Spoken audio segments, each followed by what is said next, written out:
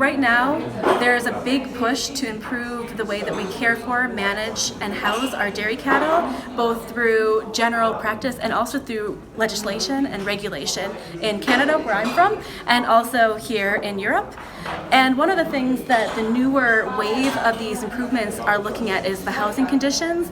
And one aspect that they're adding in is this concept of what is considered exercise, and I always like to put that more in quotations because what exactly is exercise?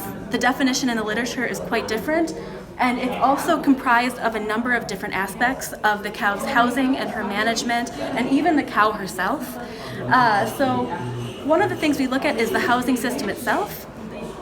As you see here, we have tie stall all the way up through pasture. When we ask people, consumers, they always find that restriction of movement is the biggest issue with housing, with tie stall being the most restrictive and pasture being what they consider the ideal. But we know as well that pasture, especially here in Europe and even in Canada, where we have very cold winters and long winters, pasture isn't exactly a feasible option for all producers. So looking at ways to improve this concept of exercise, or this concept, as I like to put it, of movement opportunity through the cow's indoor housing system and through periodic access to the outdoor system, emphasized by these three housing here, is very important. So when we look at what's impacting this movement opportunity, there's a number of factors that I'm highlighting here. The idea of the housing itself, so the flooring we provide the animals with, the amount of space she has indoors, and also whether or not we choose to use cubicles or a deep bedded pack. These are all going to impact her locomotor activity. And the reason why locomotor activity is a focus is because it's been linked to improvements in lameness, with more improvement in the amount of locomotor activity the cow can perform, with pasture obviously being the more experimentally utilized form for increasing locomotor activity.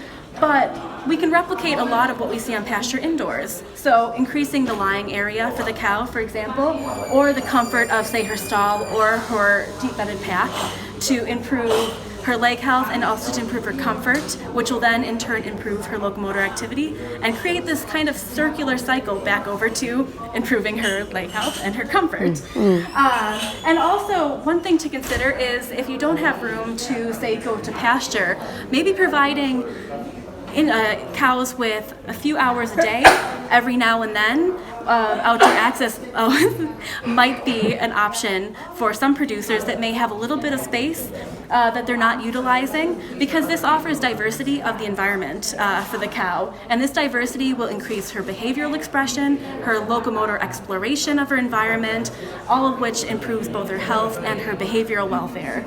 And on top of that, one of the things to consider is that no one environment is perfect for a cow. It depends on the farmer and their ability to provide for the cow. There are different options that can influence the locomotor ability, from the complexity of the environment, say adding a brush in one section versus feeding in another, all the way to this idea of maybe 1 or 2 hours of outdoor access.